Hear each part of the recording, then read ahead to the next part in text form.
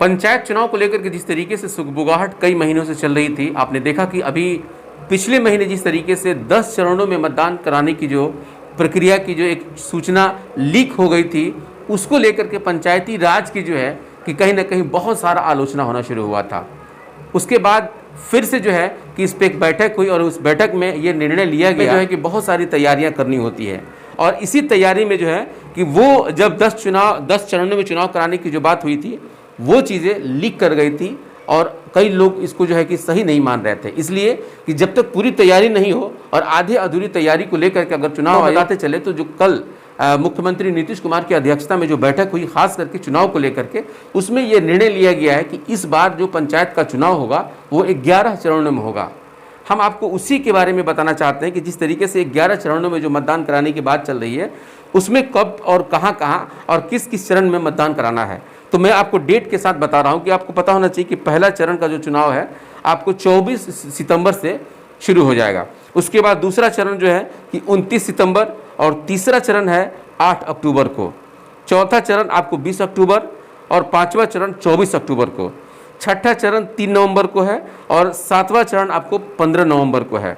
इसी तरह से आपको हम बताते चले तो 8वां है आपको 24 नवंबर को और 9वां आपको 29 नवंबर को है और 10वां आपको 10 दिसंबर और 11वां आपको 12 दिसंबर। यानी कि सितंबर, अक्टूबर, नवंबर, दिसंबर, इस 4 महीने के अंतराल में पूरी जो है कि प्रक्रिया खास करके चुनाव की उसको पूरी कर लेनी है। दूसरी जो सबसे खास चीज़ में ये है कि आपको हम बताते चले तो 24 सितंबर यानी कि 24 सितंबर से पहले अधिसूचना दे दी जाएगी और उसके बाद जो है कि इसका आचार संहिता लागू हो जाएगा। आपको हम बताते चले तो इसमें एक बहुत सारा एक टर्निंग पॉइंट भी आ गया है।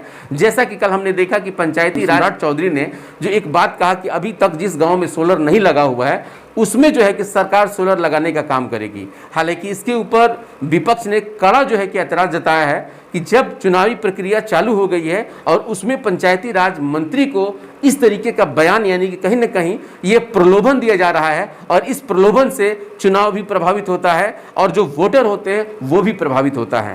हालांकि अब देखना यह है कि सच में क्या चुनावी जो प्रक्रिया है उसमें चुनाव आयोग इसके ऊपर क्या कार्रवाई करता है। लेकिन जो सबसे बड़ी खबर यह है कि बिहार में चुनाव की जो प्रक्रिया है अब वो चालू हो चुकी है और 11 चरणों में मतदान कराने की चुनाव आयोग की तैयारी भी हो चुकी है। आगे क्या क्या होगा और कौन कौन सा जिला किस चरण में आएगा, इसके लिए भी आप बने रहिए यस 24 न्यूज़ से। लेकिन जिस तरीके से अभी हमने जो खबर बताया, ये खबर हालांकि पहले से चल रही है, लेकिन उसके बावजूद भी बहुत लोगों को इस चीज़ का इंतजार था कि 11 चरणों में और कौन कौन सी राज्य चुनाव है। बने रहिए हमारे साथ। धन्यवाद।